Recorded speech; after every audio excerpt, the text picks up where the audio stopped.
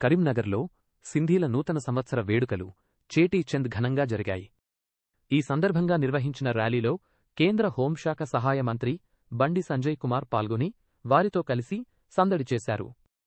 దేశ విభజన సమయంలో సర్వం కోల్పోయిన ఆరాధ్య దైవం ఝూలేలాల్జీ స్ఫూర్తితో సింధీలు వ్యాపార పారిశ్రామిక రంగాల్లో ప్రపంచస్థాయి గుర్తింపు పొందడం అభినందనీయమని కొనియాడారు.